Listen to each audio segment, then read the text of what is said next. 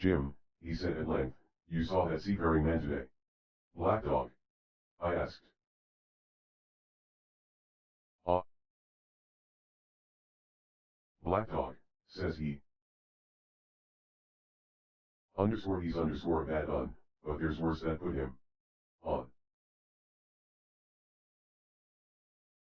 Now, if I can't get away no how, and they took me the black spot, mind you, it's my old sea chest they're after, you get on a horse you can't you? Well, then, you get on a horse, and go to yes. I will, dash to that eternal Dr. Swab, and tell him to pipe all hands magistrates and sich and he'll lay him aboard at the Admiral. Then go all old Flint's crew, man and boy, all on him that's left. I was first mate, I was, old Flint's first mate, and I'm the only one as knows the place. He gave it me at Savannah, when he lay dying, like as if I was to now, you see. But you won't peach unless they get the black spot on me, or unless you see that black dog again or a seafaring man with one leg, Jim him above all. But what is the black spot, Captain? I asked. That's a summons, mate. I'll tell you if they get that. But you keep your weather eye open, Jim, and I'll share with you equals, upon my honor.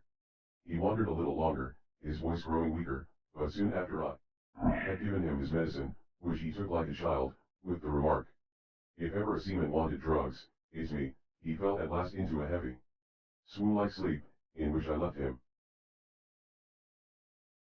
What I should have done had all gone well I do not know. Probably I should have told the whole story to the doctor, for I was in mortal fear lest the captain should repent of his confessions and make an end of me.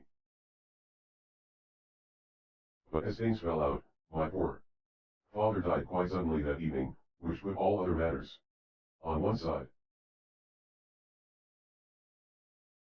Our natural distress, the visits of the neighbors, the arranging of the funeral, and all the work of the inn to be carried on in the meanwhile kept me so busy that I had scarcely time to think of the captain, far less to be afraid of him. He got downstairs next morning, to be sure, and had his meals as usual. Though he ate little and had more, I am afraid, than his usual supply of rum, for he helped himself out of the bar, scowling and blowing through his nose, and no one dared to cross him. On the night before the funeral, he was as drunk as ever, and it was shocking, in that house of mourning, to hear him singing away at his ugly old sea song, but weak as he was. We were all in the fear of death for him, and the doctor was suddenly taken up with a case many miles away and was never near the house after my father's death. I have said the captain was weak, and indeed he seemed rather to grow weaker than regain his strength. He clambered up and downstairs, and went from the parlor to the bar and back again, and sometimes put his nose out of doors to smell the sea, holding on to the walls as he went for support and breathing hard and fast like a man on a steep mountain. He never particularly addressed me, and it is my belief he had as good as forgotten his confidences, but his temper was more flighty, and allowing for his bodily weakness, more violent than ever. He had an alarming way now when he was drunk of drawing his cutlass and laying it bare before him on the table. But with all that, he minded people less and seemed shut up in his own thoughts and rather wandering. Once, for instance, to our extreme wonder, he piped up to a different air, a kind of country love song that he must have learned in his youth before he had begun to follow the sea. So things passed until, the day after the funeral, and about 3 o'clock of a bitter, foggy, frosty afternoon, I was standing at the door, for a moment, full of sad thoughts about my father, when I saw someone drawing slowly near along the road. He was plainly blind, for he tapped before him with a stick and wore a great green shade over his eyes and nose, and he was hunched, as if with age or weakness, and wore a huge, old tattered sea cloak with a hood that made him appear positively deformed. I never saw in my life a more dreadful-looking figure. He stopped a little from the inn, and raising his voice in an odd sing-song, addressed the air in front of him, "Will any kind friend inform a poor blind man, who has lost the precious sight of his eyes in the gracious defense of his native country, England, and God bless King George, where or in what part of this country he may now be." "You are at the Admiral Benbow, Black Hill Cove, my good man," said I. "I hear a voice," said he, "a young voice. Will you give me your hand, my kind young friend, and lead me in?" I held out my hand, and the horrible, soft-spoken, odorless creature gripped it in a moment like a vice. I was so much startled that I struggled to withdraw, but the blind man pulled me close up to him with a single action of his arm. "Now, boy," he said, "take me into the captain." "Sir," said I, "upon my word I dare not."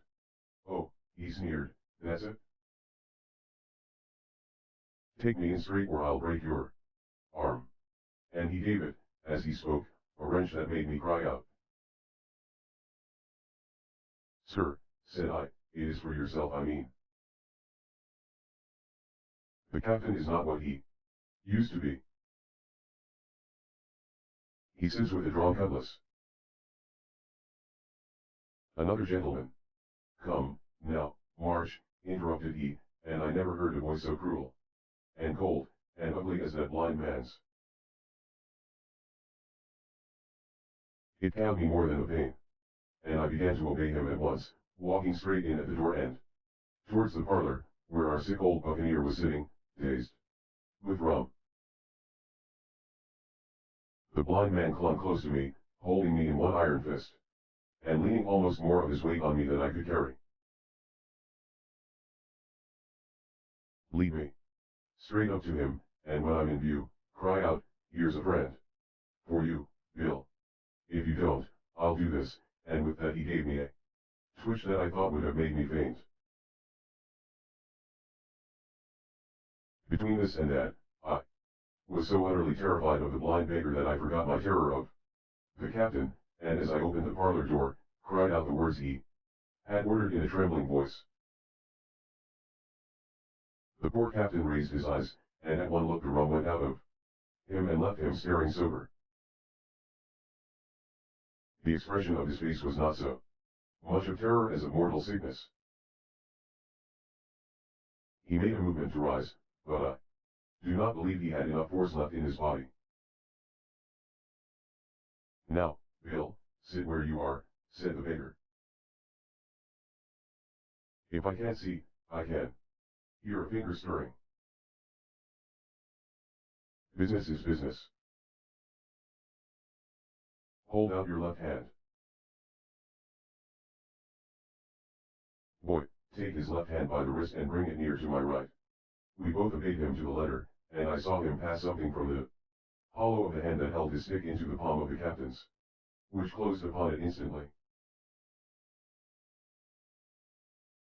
"And now that's done," said the blind man, and at the words he suddenly left hold of me, and with incredible accuracy and nimbleness, skipped out of the parlor and into the road, where, as I still stood motionless, I could hear his stick go tap-tap-tapping into the distance.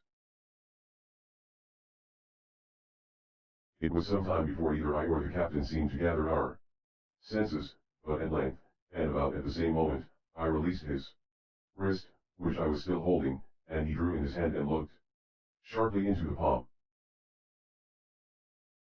"10 o'clock, he cried.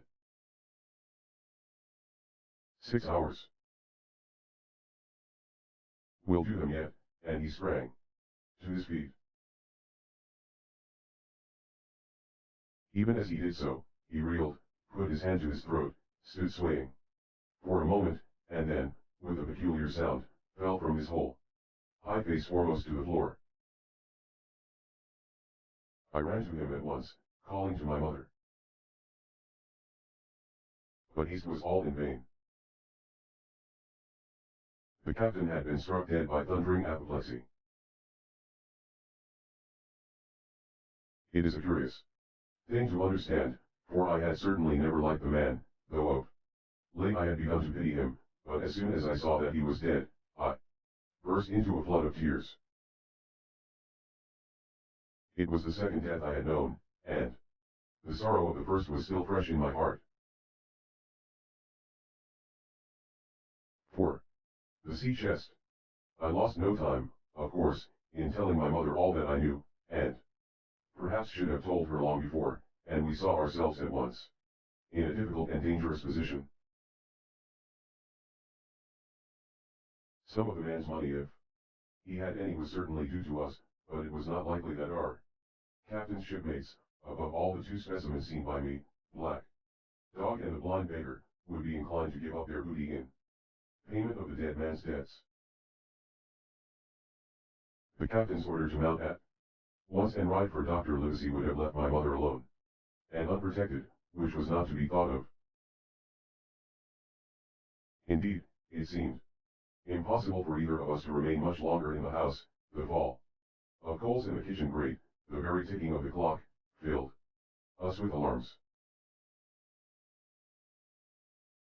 The neighborhood, to our ears, seemed haunted by approaching footsteps, and what between the dead body of the captain on the parlor floor and the thought of that detestable blind beggar hovering near at hand and ready to return, there were moments when, as the saying goes, I jumped in my skin for terror.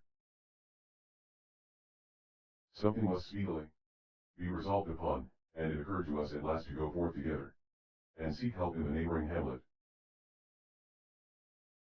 No sooner said than done.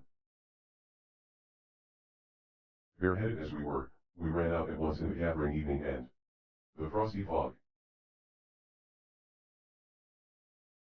The hamlet lay not many hundred yards away, though out of view, on the other side of the next cove, and what greatly encouraged me, it was in an opposite direction from that whence the blind man had made his appearance and whither he had presumably returned. We were not many minutes on the road, though we sometimes stopped to lay hold of each other and hearken. But there was no unusual sound, nothing but the low wash of the ripple and the croaking of the inmates of the wood. It was already candlelight when we reached the hamlet, and I shall never forget how much I was cheered to see the yellow shine in doors and windows, but that, as it proved, was the best of the help we were likely to get in that quarter. For you would have thought men would have been ashamed of themselves, no soul would consent to return with us to the Admiral Benbow. The more we told of our troubles, the more man, woman, and child they clung to the shelter of their houses. The name of Captain Flint, though it was strange to me, was well enough known to some there and carried a great weight of terror. Some of the men who had been to field work on the far side of the Admiral Benbow remembered, besides, to have seen several strangers on the road, and taking them to be smugglers, to have bolted away, and one at least had seen a little lugger in what we called Kid's Hole. For that matter, anyone who was a comrade of the captain's was enough to frighten them to death. And the short and the long of the matter was, that while we could get several who were willing enough to ride to Dr. Livesey's, which lay in another direction, not one would help us to defend the inn. They say cowardice is infectious, but then argument is, on the other hand, a great emboldener, and so when each had said his say, my mother made them a speech. She would not, she declared, lose money that belonged to her fatherless boy, if none of the rest of you dare. She said, Jim and I dare. Back we will go, the way we came, and small thanks to you big, hulking, chicken-hearted men. We'll have that chest open, if we die for it. And I'll thank you for that back, MRS. Crossly. To bring back our lawful money in. Of course I said I would go with my mother, and of course they all cried out at our foolhardiness, but even then not a man would go along with us.